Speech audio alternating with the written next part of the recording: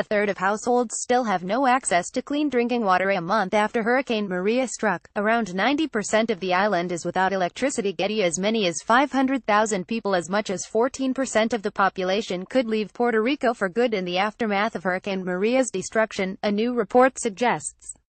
The exodus would have a devastating impact on the island's already stagnant and flailing economy. A month after the Category 4 storm made landfall with winds of up to 155 miles per hour, the first hurricane of such strength since 1932, around 90% of the island remains without electricity.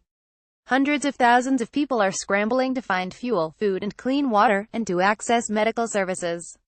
A report published by the Center for Puerto Rican Studies at Hunter College, part of the City University of New York, suggests between 114,000 and 213,000 residents will leave the island over the next 12 months.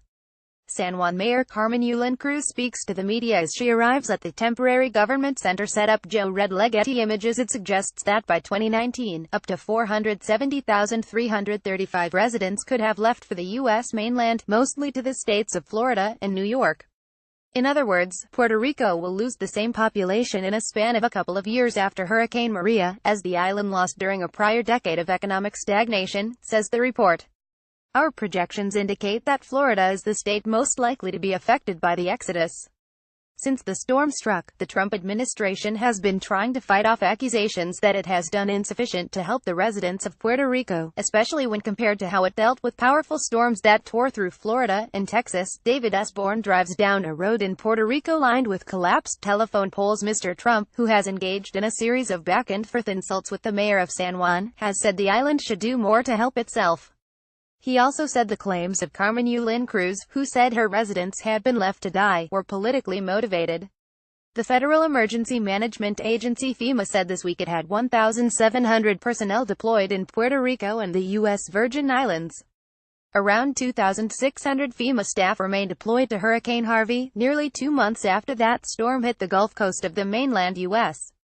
As emergency officials appeal to islanders not to drink water that may be contaminated, CNN said 35% of households still did not have access to safe drinking water.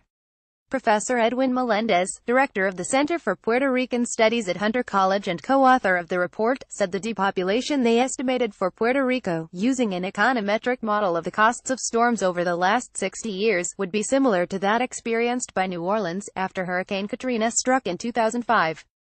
Today, the Louisiana city's population is 20% less than it was before Katrina hit. He told The Independent the major driver for people leaving Puerto Rico was employment opportunities. He said following Maria, infrastructure had been badly damaged, hotels were not hiring people, and around 80% of agricultural crops had been destroyed. He said researchers had found Maria could lower Puerto Rican incomes by up to 20% over the next 15 years, a cost of $180 billion to the island's economy. We will need to wait for the release of data on employment and net movement of passengers in the months after Hurricane Maria to fully assess the exodus of Puerto Rico residents to stateside communities, his report adds. Yet the impact of Hurricane Katrina on the population exodus and ensuing unemployment in New Orleans offer an example of what lies ahead for Puerto Rico.